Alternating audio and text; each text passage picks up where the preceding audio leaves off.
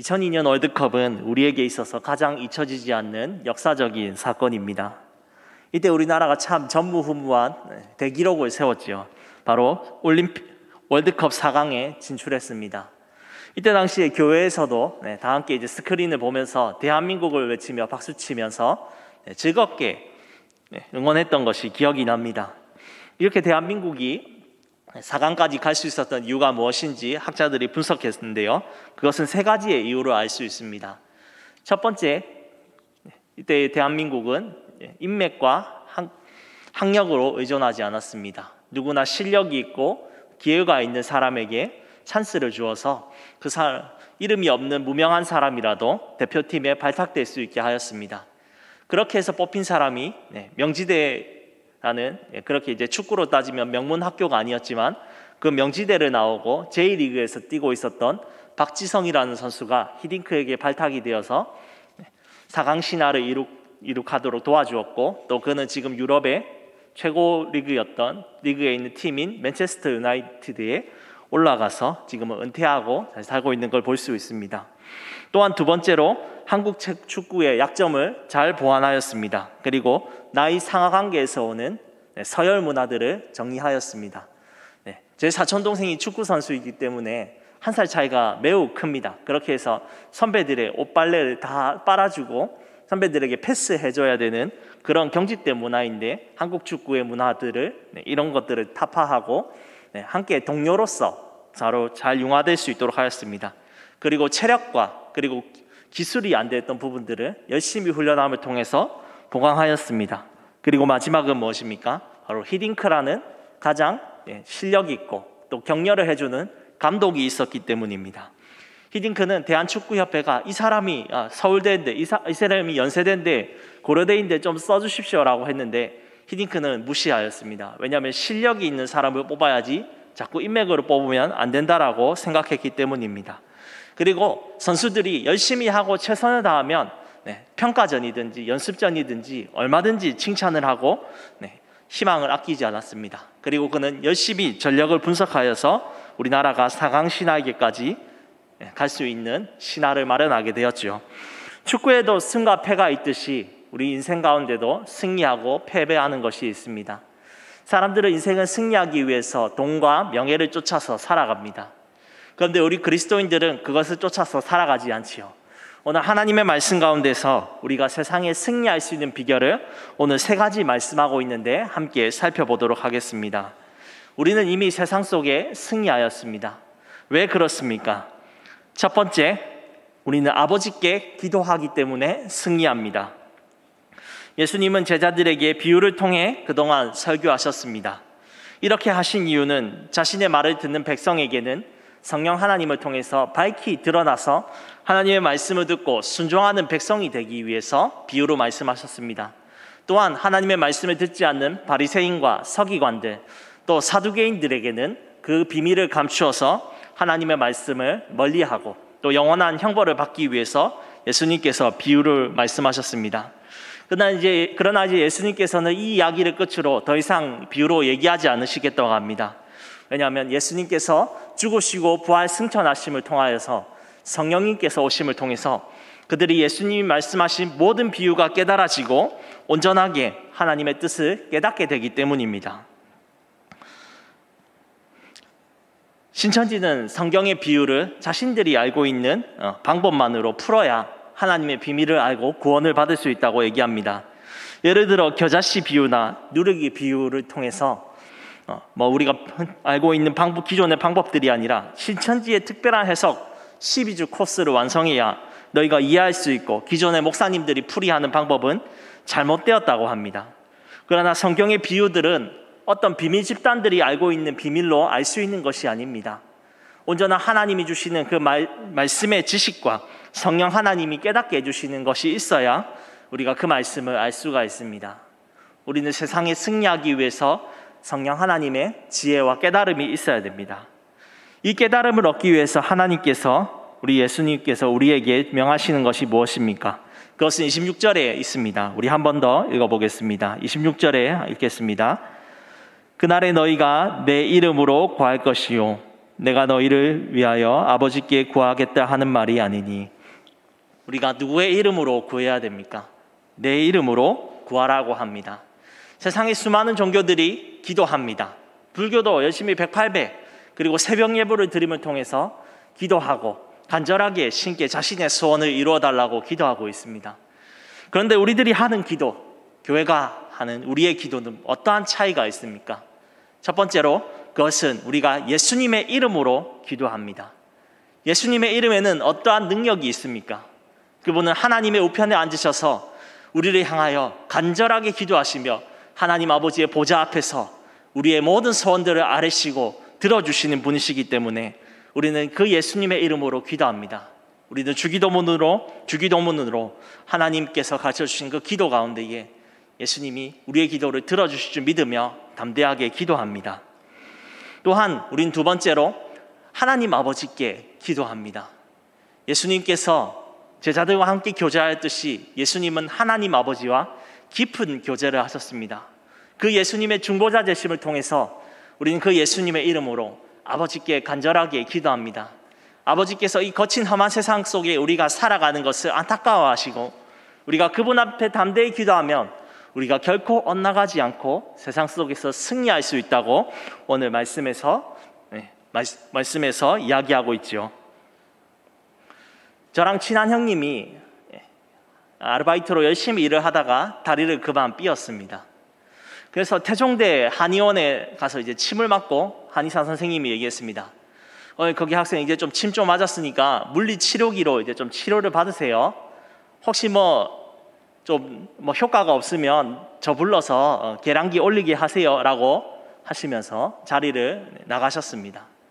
형님이 이제 계속 이제 물리치료를 받는데 아무런 증상이 없는 거였습니다. 미동이 없고 효과가 없는 것 같았습니다. 그래서 의사 선생님이 부르기 내가 좀 부끄럽고 내가 한번 좀 돌려보자 해서 계량기를 조금 올렸습니다. 올렸는데 전기가 좀 아무런 좀 업된 상승해서 이거 좀 따끔한데 라는 느낌이 전혀 들지 않았습니다. 이거 고물인가 좀 세게 해야겠다 하면서 출력을 최대치로 들었습니다.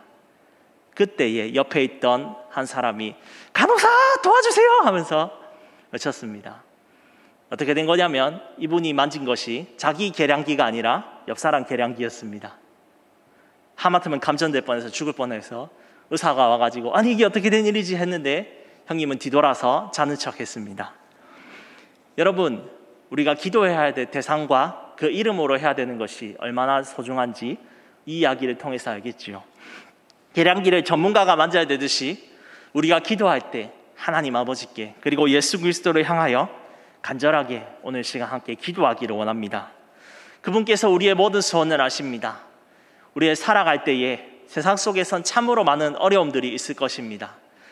세상에 많은 것들이 유혹을 하고 우리를 미혹하려고 합니다. 유튜브를 당장에 보더라도 목사님 제가 이제 여러 가지 목사님들의 설교를 듣고 검색하고 있는데 유튜브 영상들에 뜨는 것을 알고리즘이라고 합니다. 그런데 그 알고리즘에 늘 언제나 신천지 비유풀이의 내용들이 나와 있습니다. 이러한 것을 우리가 분별 없이 그리고 성령 하나님의 조명 없이는 우리가 이러한 미혹에 빠질 수밖에 없습니다. 우리는 이 미혹에 빠지지 않고 승리하는 비결이 무엇입니까? 바로 주님께서 가르쳐 주신 간절한 기도로 오늘 시간 나아가는 것입니다. 우리의 마음의 소원이 무엇입니까? 우리에게 있는 모든 걱정과 인생에 풀리지 않는 것들이 있습니까? 우리는 다른 것을 찾고 엉뚱하게 나아가는 것이 아니라 하나님 아버지의 유일한 우리의 무기, 주신 우리의 무기 기도로서 오늘 시간 승리하기를 소망합니다. 두 번째로 우리는 세상에서 어떻게 승리할 수 있습니까? 바로 예수님의 사랑으로 우리는 승리합니다. 제자들의 기도는 하나님께서 들어주십니다. 왜냐하면 그들이 예수님을 사랑하기 때문이지요. 우리 27절을 함께 읽어보겠습니다. 이는 너희가 나를 사랑하고 또 내가 하나님께로부터 온 줄 믿었으므로 아버지께서 친히 너희를 사랑하심이라. 순서를 보면 제자들이 먼저 예수님을 사랑했기 때문에 하나님께서 그들을 사랑하신다라고 볼 수 있겠지만 사실은 먼저 어떻게 됐습니까? 하나님께서 태초전부터 그 제자들을 부르셔서 예수님과 함께 교제하도록 그들을 사랑해서 부르시고 또 그들이 하나님 앞에 사랑을 고백한 것이 순서가 먼저입니다. 하나님의 사랑으로 보답을 받은 그들은 예수님을 사랑했습니다. 그렇게 함을 통해서 그들이 가지고 있는 가장 소중한 것들을 내려놓았습니다. 어부였고 세리였고 열심당이었던 정치적인 직업들, 그 모든 것들을 버리고 예수님의 부르심을 쫓아서 왔습니다. 그렇게 예수님과 함께 3년 동안 열심히 훈련받고 제자 훈련을 이수했습니다. 그런데 이제 예수님께서 세상에 파송을 받아 이제 왔는데 다시 아버지께로 올라갈 때가 되었습니다. 그런데 이제 예수님께서 모든 것을 가르치시고 난 뒤에 이제 제자들이 입을 모아서 예수님에 대해서 얘기합니다. 30절을 통해서 제자들은 얘기합니다. 지금에야 주께서 모든 것을 아시고 또 사람의 물음을 기다리시지 않는 줄 아나이다. 이것은 무엇이냐면 하나님께서 온 분이라는 것을, 예수님이 하나님께로부터 온 분이라는 것을 깨달았습니다. 처음에는 그들이 시작할 때에 예수님이 그냥 선지자 중에 한 분, 그냥 위대한 모세 같은 사람이다라고 느꼈습니다. 하지만 3년간 함께하면서 하나님께로부터 온 선지자, 그것을 뛰어넘어 메시아라는 것을 그들은 조금 알게 되었습니다. 아직은 성령님께서 그들의 마음속에 없기 때문에 믿음의 초보 단계이지만 그들의 이러한 것을 통해서 예수님은 그 마음이 참으로 기뻐하셨습니다. 그래서 31절에 말합니다. 이제는 너희가 믿느냐? 이 말은 무엇이냐면 예수님께서 이제야 너희가 믿었구나, 예수님께서 감탄하시는 내용입니다. 전에는 어떻습니까? 예수님께서 내 나라가, 야고보와 요한이 이제 그 어머니를 통해서 얘기하죠. 예수님, 당신의 나라가 올 때에 우리 아들은 왼편에, 우리 아들 2명을 하나는 왼편에 하나는 오른편에 앉아주십시오. 예수님에 대해서 정치적인 메시아로 이해하고 서로 치고받고 싸우는 분열된 공동체였는데, 이제 제자들이 입을 모아서 예수님에 대해서 진실한 신앙 고백을 하니까 예수님의 마음이 기쁘고 즐거운 겁니다. 그런데 예수님께서 이 즐거운 그들의 온전한 신앙 고백 가운데에 갑자기 분위기를 망치는 이상한 말씀을 하십니다. 32절에 뭐라고 하십니까? 너희가 이제 각각 흩어져서 나를 혼자 둘 것이다 라고 합니다. 그들의 진실한 신앙 고백을 들었으면 얘들아 너희가 이길 수 있다, 이렇게 힘을 주고 격려해 줘야 되는데, 그들의 돌아온 대답은, 예수님의 돌아온 대답은 뭐였습니까? 너희가 모두 나를 버리고 도망칠 것이다. 그리고 나는 혼자 남을 것이다. 하지만 나는 두려워하지 않아. 왜냐하면 아버지께서 나와 함께 계시다라는 것을 예수님이 말씀하고 계십니다. 이것은 제자들이 하나님 아버지를 믿지만 자신들의 목숨 때문에 두려워서 다 버리는 그 연약함을 보여주고 있습니다. 인생은 평소에는 하나님 앞에 잘 섬기겠다고 하고 믿습니다. 하지만 정작 위기가 오면 하나님이 언제 나를 사랑했는지, 내가 그분의 제자였는지 기억하지 못하고 세상이 좋아서 떠나갑니다. 바울을 노년까지 잘 섬겼던 데마는 로마의 핍박이 오자 세상을 사랑하면서 바울을 버리고 떠나게 되었습니다. 그러나 여러분, 예수님께서 이렇게 그들이 연약함을 찝으신 이유는 무엇입니까? 너희는 기껏 3년 가르쳤더니 이제 나를 버릴 재생 불가능하고 회복이 불가능한 것들이야 하면서 욕하시려고 그렇게 말씀하셨을 거예요. 그렇지 않습니다. 이들이 이 연약해서 넘어지는 것 때문에 때로는 낙심하고 넘어질지라도 그것을 모두 아시고 품어주신 그 예수님의 사랑을 기억하고 다시 일어나라고 예수님께서 이 말씀을 하신 것입니다. 베드로는 다른 복음서에 보면 어떻게 합니까? 주님, 다른 애들은 잘 모르겠지만 저는 절대로 당신을 부인하지 않을 겁니다. 저는 당신과 함께 죽으면 죽겠습니다. 나머지 10명도 그렇게 대답했습니다. 가룟 유다도 마찬가지로 예수님에게 이 말씀을 받진 않았고, 네가 나를 팔 것이다, 네가 할 일을 하라고 할 때에 가룟 유다가 진정 하나님 안에 온 사람이면 어떻게 하겠습니까? 예수님 맞습니다. 내가 지금 오늘 이제 밤에 찾아가서 그 바리새인들에게 당신을 넘기려고 했는데 진짜 하나님의 아들 맞으시네요. 내가 진짜 죄송합니다. 내 죄를 깨닫게 해주셔서 나에게 회개할 기회를 주셔서 감사합니다. 이렇게 했어야 되지만 베드로는 그 말씀을 가룟 유다는 그 말씀을 저버리고 자신의 죄책감으로 인생을 마감했습니다. 하지만 베드로와 다른 제자들은 어떻게 되었습니까? 네가 나를 버릴 것이라는 그 말을 닭이 3번 울 때에 정말 통회하면서 울었고, 다시금 예수님께서 사랑으로 덮으시면서 베드로야, 네가 나를 사랑하느냐 물으실 때에 이 베드로가 담대하게 말하지 못하고 주님, 내가 주님 사랑하는 줄 주께서 아시나이다. 그렇게 말하지만 베드로는 하나님께서 나를 사랑하시고 주님이 나를 용서하셨다는 것을 알고 있었습니다. 사랑하는 성도 여러분, 우리는 신앙생활 가운데에 참 주님 앞에 잘해드리고 싶고 저버리지 않고 언제나 늘 승리하는 마음으로 살고 싶습니다. 그러나 늘 언제나 온전하게 서고 승리할 수 있겠습니까? 그렇지 않지요. 때로는 넘어지고 쓰러지고 도저히 세상 사람들과 구분이 없는 더러운 모습 속에서 주님 앞에 부끄러운 모습으로 나와왔을지 모르겠습니다. 하나님께서는 그러한 모습으로 나오는 자들에게 오늘 말씀하십니다. 얘들아, 그래서 너희가 이 자리 앞에 나왔으니 너희는 복되도다. 너희가 죄 때문에 넘어졌을지라도 나는 여전히 너희를 사랑하고 너희가 내 안에서 온전하게 될 줄을 믿는단다. 주님께서는 오늘 우리에게 이렇게 말씀하십니다. 여러분, 주님의 사랑을 받은 자들의 공통점이 무엇이 있습니까? 그 사람은 늘 언제나 잘 되는 것이 아닙니다. 때로는 넘어지고 실패하지만 자신의 죄가 하나님의 사랑 안에서 발견될 때에 철저하게 흐느끼면서 회개하고 다시는 그 죄를 반복해서 짓지 않는 사람이 바로 하나님의 사랑 안에 승리하는 사람입니다. 그런 사람이 바로 누가 있습니까? 바로 성경에 나오는 다윗이 그런 사람일 것입니다.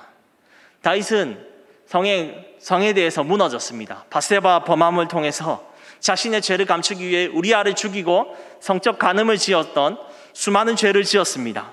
그러나 하나님께서 나단 선지자를 통해서 회개하십시오라고 할 때에 자기의 이불을 적실 정도로 눈물을 흘리면서 하나님 아버지께 용서를 받았습니다. 성도 여러분, 오늘 우리 가운데에 하나님의 사랑이 부족한 분들이 계십니까?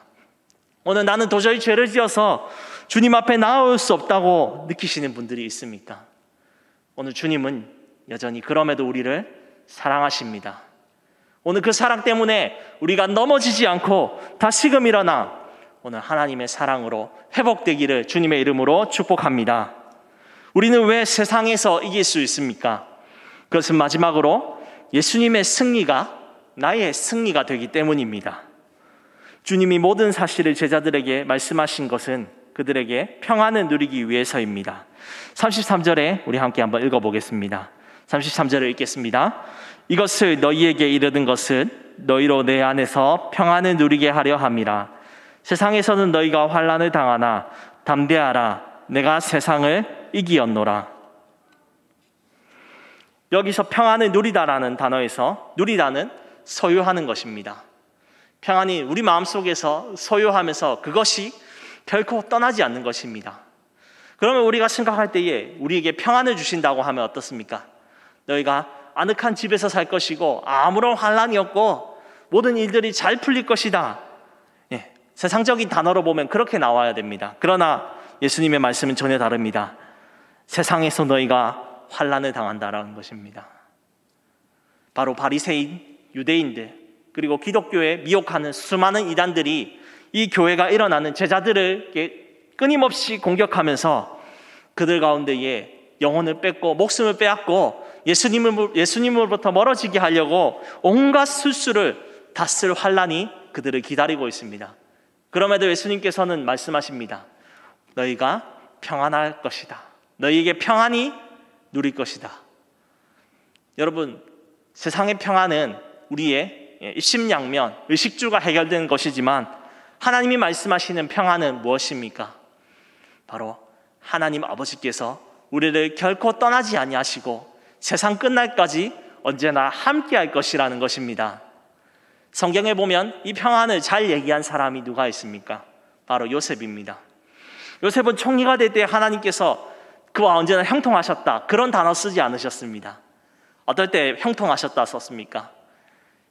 10명의 형들에게 미움을 받아서 구덩이에 던져지고 노예로 팔렸을 때에 하나님께서는 얘기합니다. 하나님이 요셉과 함께 계심으로 형통하였다. 억울한 일을 당하였습니다. 가늠하지 않았고 하나님이 계심으로 나는 절대 죄 지을 수 없다고 부인에게 얘기했는데 오해하고 그를 정치범으로 불어넣었을 때에 요셉의 인생에 아무런 희망이 없을 때에 하나님이 얘기하시죠. 내가 너와 함께하니 요셉의 인생이 형통하였더라. 성도 여러분, 우리에게 평안이 있습니까? 우리 안에 하나님이 계심으로 때로는 이 어려운 코로나 시국 가운데에 또 때로는 어려운 이 직장의 생활 가운데 있지만 하나님이 우리와 함께 하시니 그 모든 평안이 우리 가운데 있음을 믿으시기 바랍니다. 우리는 이 평안 가운데서 힘차게 누리며 살아갈 것입니다. 예수 안에서 우리는 평안을 누리며 또 우리는 놀라운 사실을 발견합니다. 그것은 바로 예수님이 세상을 이겼다는 소식입니다.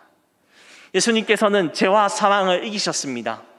이제 곧 처절한 십자가의 단두대로 가서 죽을 수밖에 없는 상황입니다. 하지만 예수님은 그 십자가, 죄인들이 죽는 그 무거운 사형의 틀을 사랑의 증거로 남기셨습니다. 그리고 모든 죄와 사망과 나라의 권세자들과 그리고 그 위에 있는 사탄의 머리를 짓밟고 영원히 승리하셨습니다.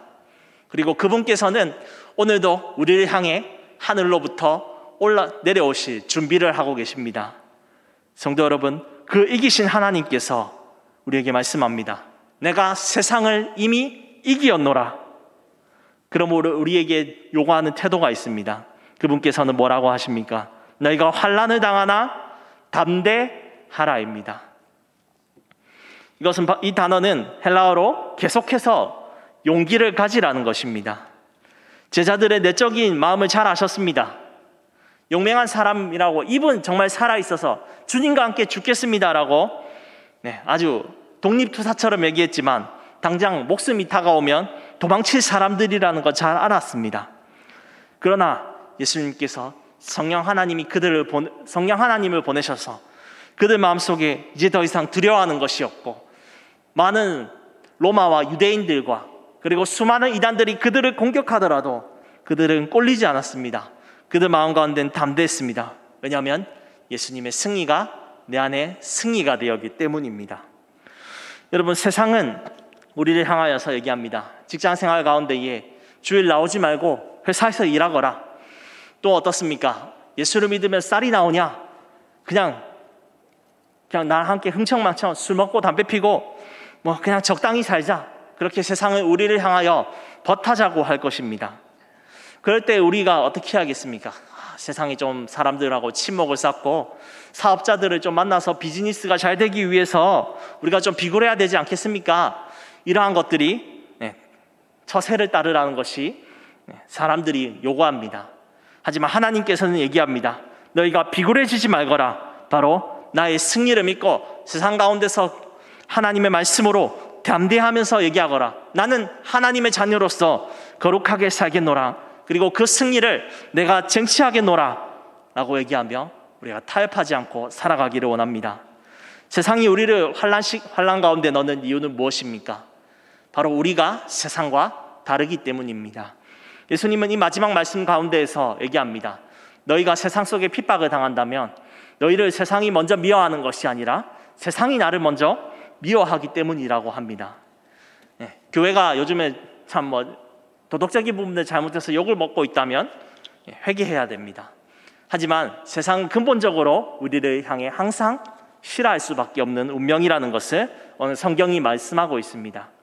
그것 가운데서 우리가 세상에 좀 더 친해지고 좀 더 좋은 일들을 많이 해서 세상이 우리를 향해서 박수치도록 하자. 물론 어느 정도 부분은 필요합니다. 하지만 우리가 기억해야 될 것은 우리는 세상 가운데에 계속 완전히 벗이 될 수 없습니다. 결국 우리를 핍박하고 무너뜨리려고 합니다. 그럴 때 우리가 궁지에 몰려서 쓰러지는 것이 아니라 담대하게 살아가라고 주님께서 말씀하고 있습니다. 성도 여러분, 예수 그리스도 안에서 우리에게 맡겨진 삶이 있습니다. 우리의 직장과 가정, 그리고 우리의 발로 밟는 그 모든 사회의 이웃들 가운데에 우리는 세상 속에 승리하면서 살아갑시다. 담대하게 그들을 향하여 복음을 증거하며 살아갑시다. 비굴하게 하는 것이 아니라 예수 안에서 밝은 얼굴을 가지고 우리가 그들을 향하여 두려워서 벌벌 떠는 것이 아니라 담대하게 살아가며 예수 안에 있는 복음의 생명의 삶이 얼마나 아름답고 용맹스러우며 또 아름다운 것인지 우리가 보여주기를 소망합니다. 그러할 때에 예수 그리스도의 승리가 우리 안에 있게 될 줄 주님의 이름으로 축원합니다. 요한일서 5장 4절은 말합니다. 무릇 하나님께로부터 난 자마다 세상을 이기느니라. 세상을 이기는 승리는 이것이니 우리의 믿음이니라. 여러분, 세상을 향한 승리가 우리의 믿음이라고 합니다. 오늘 이 말씀을 통하여서 우리가 믿고 있는 것, 우리는 결국 승리할 것이라는 세 가지 사실을 깨닫게 됩니다. 그것은 무엇입니까? 이미 예수 그리스도께서 우리를 위해서 십자가에 죽으시고 부활하심을 통해 모든 원수를 물리치셨습니다. 그리고 그들이 잠깐 예수님 다시 오실 때까지 교회를 핍박하고 우리를 없애려 하지만 우리는 결코 없어지지 않습니다. 최후의 승리자 예수님이 우리 뒤에 계시기 때문입니다. 우리는 그것 때문에 이 세상 가운데에 담대하게 살아갑시다. 우리가 비굴하게 산다면 우리는 멸망할 수밖에 없겠지만 우리는 이 복음으로서 담대하게 살면 오히려 세상이 우리를 인정하고 하나님을 두려워하게 될 줄 믿습니다. 또한 두 번째로 우리는 하나님의 사랑 안에서 때로는 쓰러져도 결국에는 다시 일어날 것입니다. 하나님 안에서 우리는 신앙생활 가운데에 긴 레이스의 길을 걸어갑니다. 때로는 쓰러질 때도 있을 것입니다. 때로는 하나님 앞에 너무 부끄럽고 내가 세상 가운데에 구별될 삶이 아니라서 참으로 도망가고 싶을 그런 상황일 것입니다. 그러나 주님께서는 말씀합니다. 그 사랑 안에서 너희가 계속 자라거라. 그러면 성령 하나님께서 너희를 주님의 장성한 지식의 분량까지 충만하게 할 것이라고 말씀합니다. 우리는 또 하나님 아버지 앞에 예수 그리스도의 이름으로 기도할 때 승리합니다. 예수님은 우리를 향하여 오늘도 하나님의 보좌 우편에서 기도합니다. 우리의 마음 가운데 잘 기도되지 않을 때에 우리가 예수 그 이름을 부를 때에 우리는 아버지를 향하여 오늘 하늘의 문이 열리며 막힘없이 기도하게 될 줄 믿습니다. 오늘 이 방 가운데에 담대하게 기도하며 나아갈 때에 우리의 막혀있는 그 하늘의 문이 열리고 하나님 앞에 간절한 기도 제목과 하나님의 뜻을 찾아가고 돌아가는 오늘 시간 되기를 주님의 이름으로 축원합니다.